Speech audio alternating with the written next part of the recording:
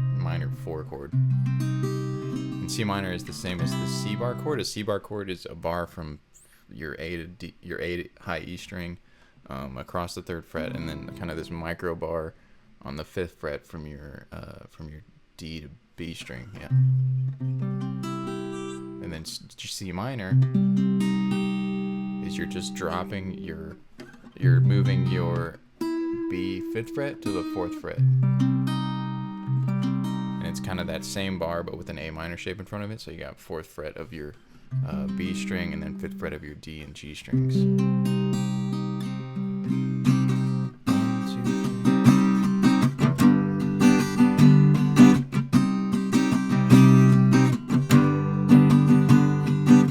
And then when you get done with the lyrics, you're going back to G to C, but you're in the same rhythm.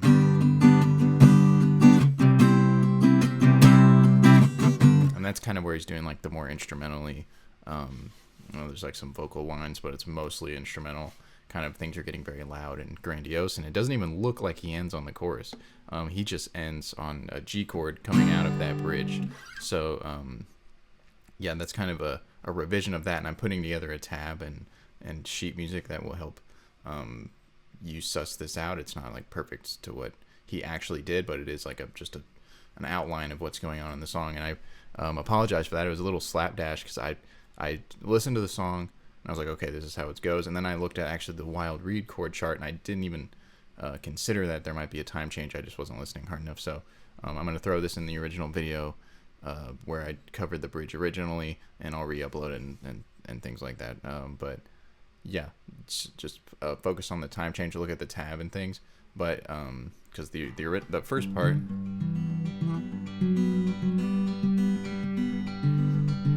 that's in 4/4. That whole verse and chorus part is in 4/4. Sorry, and then you kind of go into this timeless thing, this no beat.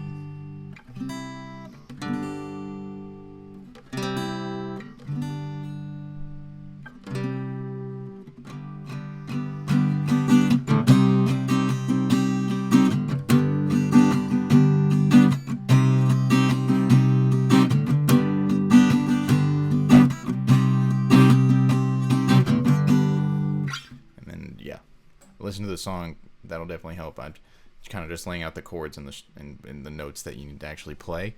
Listening to the song always helps learn a song, obviously. So that's that. I'll do everything I said, and there'll probably be a little snippet after this of the video that I made before. So see you on that side. It's a pretty simple song, but it's not super. It's cool. It has some cool things going on. I actually really enjoyed that song, and I appreciate somebody recommending it because I had never heard it before. You can do it on electric too. The like bridge section gets pretty loud, especially in the Shakey Graves version. I haven't heard the Wild Reeds version yet, so I'm not totally sure how that one goes, but it's a really cool song. I like it a lot, and the lyrics are cool. I'll have to spend a little bit more time with him. Like I said, I just learned this song, so I might have possibly even missed something. So if that's the case, let me know. But I hope this is helpful in helping you get an idea of what's going on and get the song down, because it's a good song. It's got some, like I said, some cool things going on. So that's about it. It's Monday, new day, new week. Hope everybody has a good week, and I will catch you later.